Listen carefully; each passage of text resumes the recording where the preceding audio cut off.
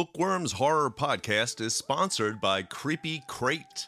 Creepy Crate is a horror and true crime subscription box filled with spooky collectibles, macabre accessories, and terrifying goodies. Each bi-monthly box is filled with over $85 of terror and includes at least one horror or true crime book.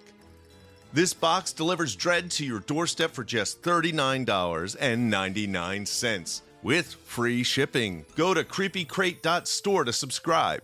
Use the code BOOKWORM5 at checkout to get $5 off your subscription. That's BOOKWORM5 for $5 off your subscription. And now to the show.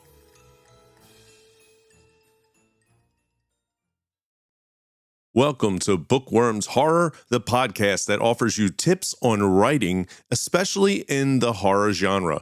My name is James Ippoliti. I am the host of the Real Demons of Pop Culture podcast. The Real Demons of Pop Culture episode that is currently available is all about the Gremlins.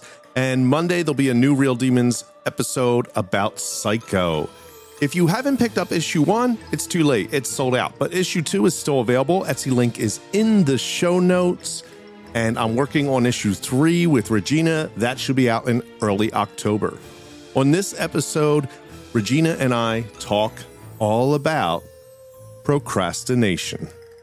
Regina is a Waddy Award winner for Best Horror Novel, as well as multiple screenwriting awards, including a Webby honoree. Regina is also the contributing editor of the best-selling Local Haunts, a horror tube anthology. Find Regina and her alter ego, Batilda, at her booktube channel, Regina's Haunted Library, and on her blog, rstclair.com. Regina and myself are the editors of the Book Worms Horror Zine, and since we're seeking great horror fiction for bookworms, we created this weekly podcast to offer writers quick tips on writing for the genre. Find all our links in the show notes. Now let's jump into my conversation with Regina as she speaks with me from her haunted library. All right, today we're going to talk about overcoming procrastination. I have some thoughts on this. What do you think? What do you got, Regina? I think it's something we all have to deal with on some level. Some people have it maybe worse than others. Like I hear this a lot. Oh, I procrastinate. And I've certainly have done it.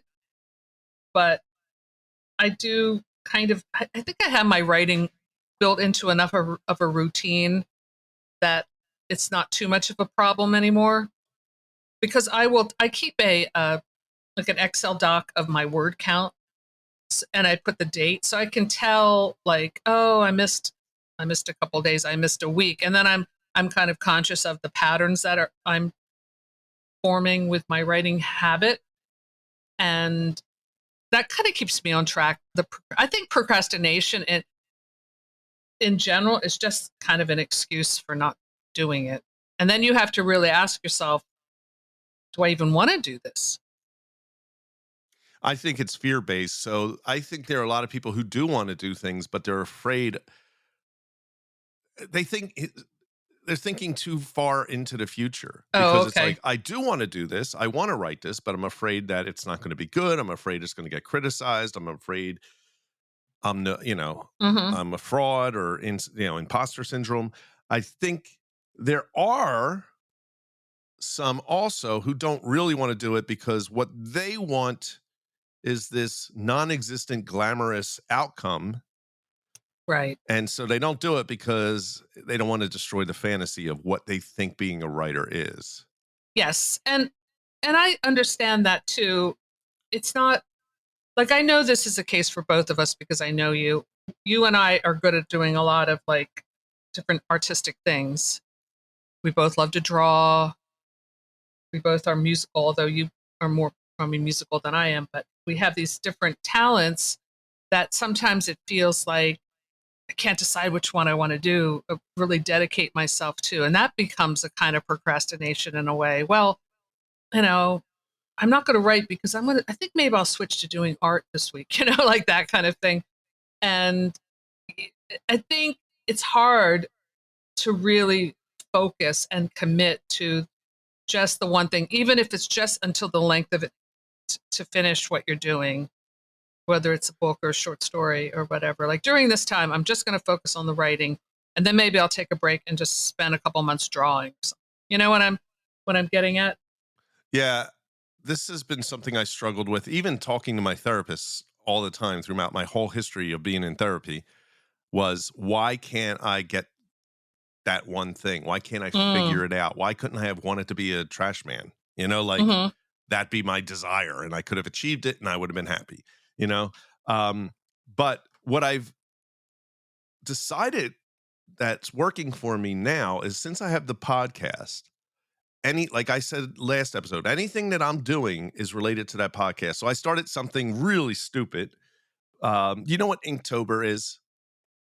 Oh, like tattoos or something? No. Okay. Oh, Ink, sketching?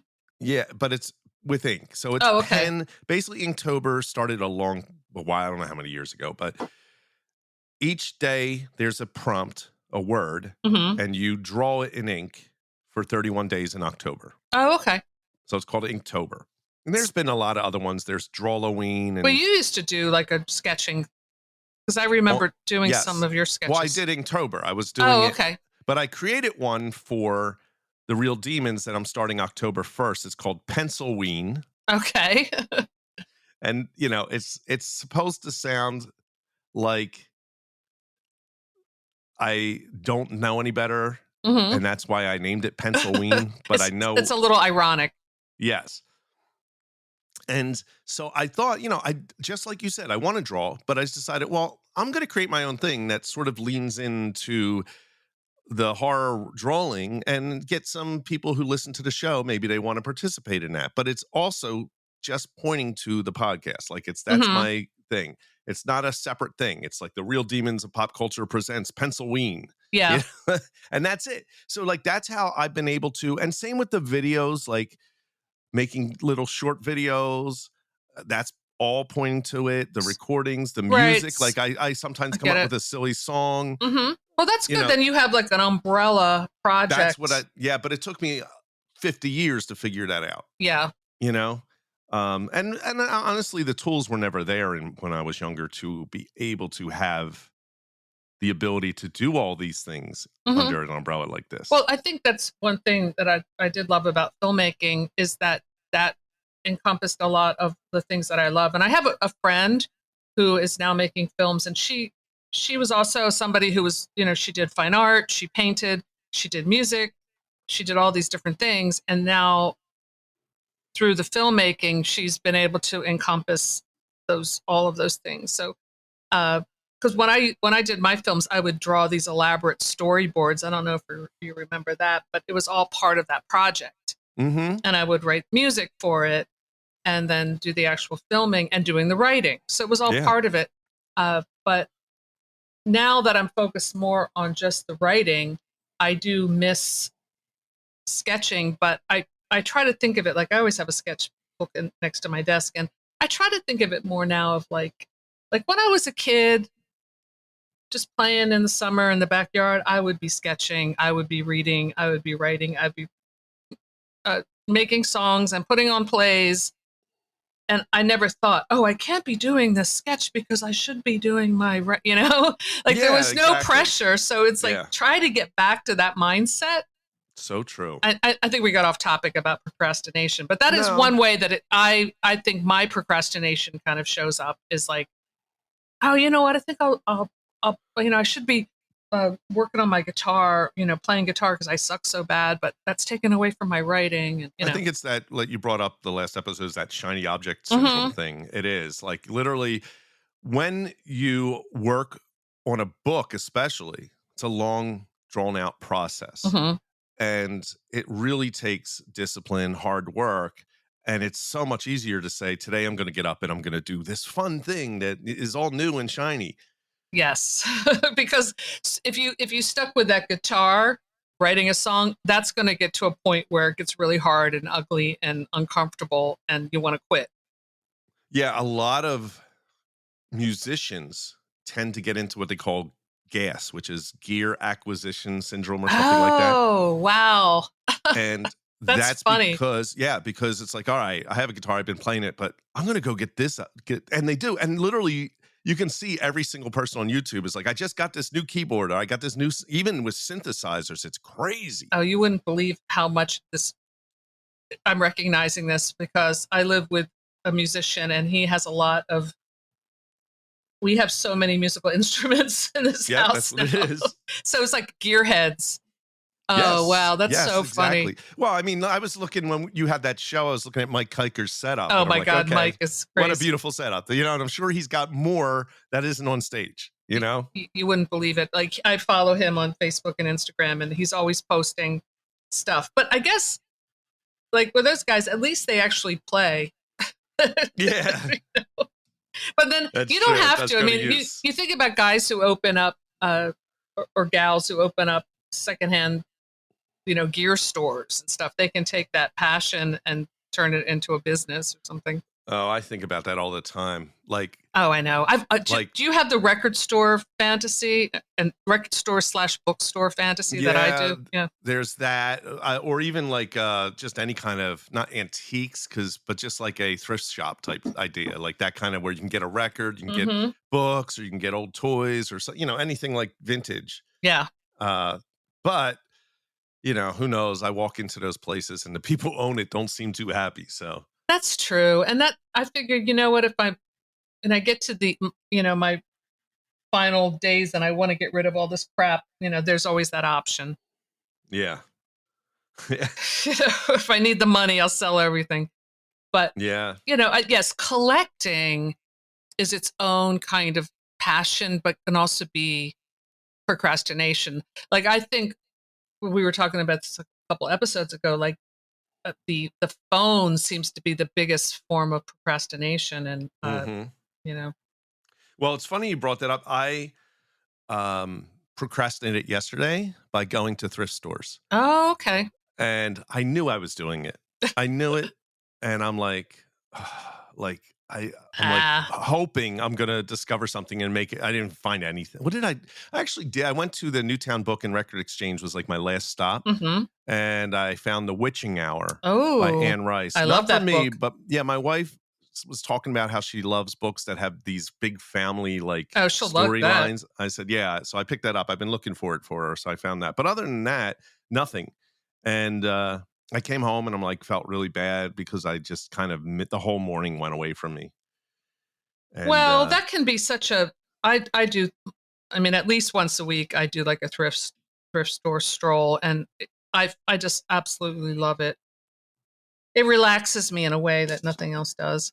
Yeah, I'm the same way. Like, to me, it's definitely therapeutic. But yesterday was like, I think I literally probably I was at the thrift stores the day before. So like, I have an issue. Okay. And I didn't know, but there was, I said there was this one thing that was at one of the thrift stores I saw the day before. And it was like a hard shell case for the old, like, mini DVD camcorder. Oh, right. Yeah. Now, I don't have it, but the case was really well made and solid. And I'm like, oh, I could use that for something. I didn't know what. And then it was gone. I can't believe it. And so, like, I know that was my reason, but I didn't have to go out yesterday. Yeah. I love going to that antique store I was telling you about. There's this one booth, and I've given this guy a lot of business that sells like all horror related stuff. Oh, yeah.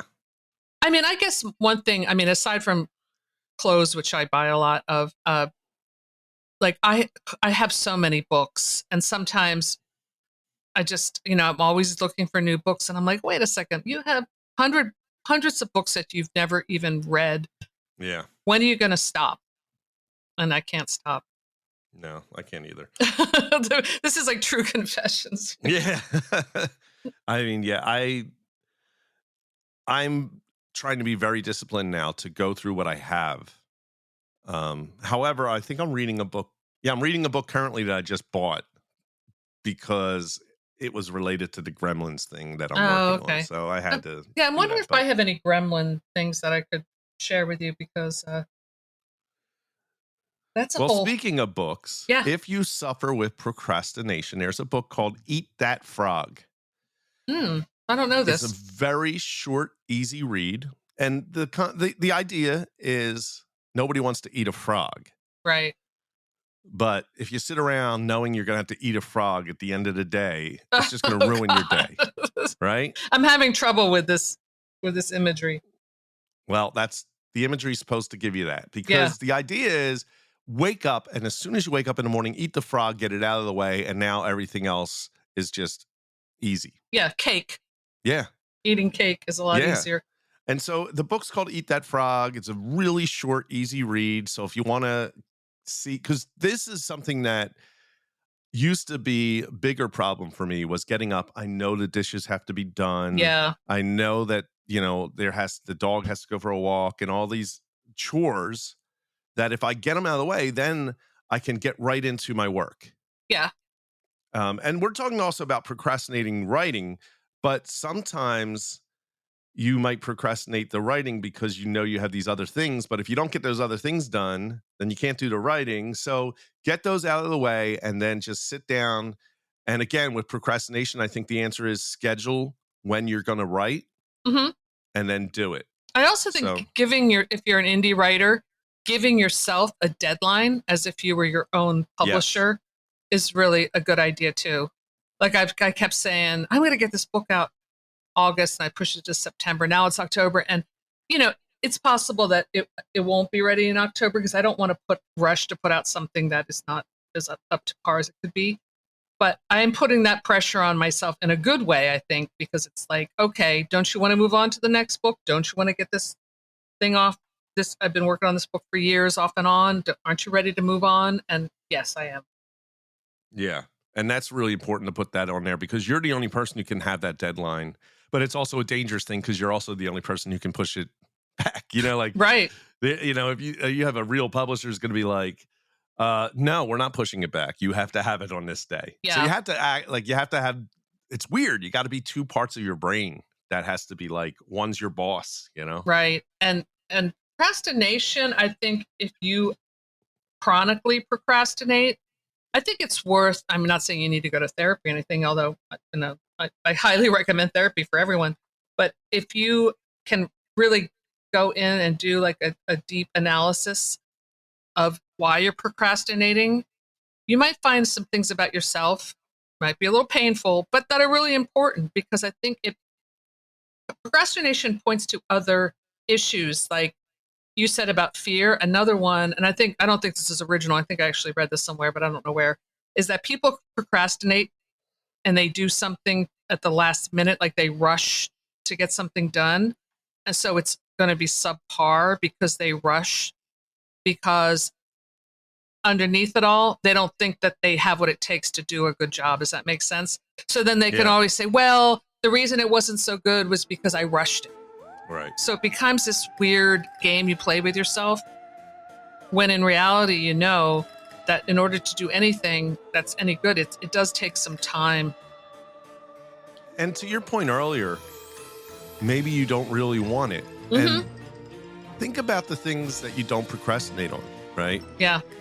Those are things that you enjoy doing. You don't ever think about, I want to watch that show, but I'm going to go clean the dishes all right. instead. I don't know. I really should go to the thrift store today, but I don't know. You don't procrastinate on those things. So why are you procrastinating on the thing that you really claim to be really wanting in your life? Right. That is it can be a painful question to ask yourself, but maybe that's what you need to do. All righty. Next week, we're going to talk about facing the blank page. Okay. All right. Thank you for tuning in to the Book Worms Horror Podcast. All our links are in the show notes. We'll be back next week with a new episode.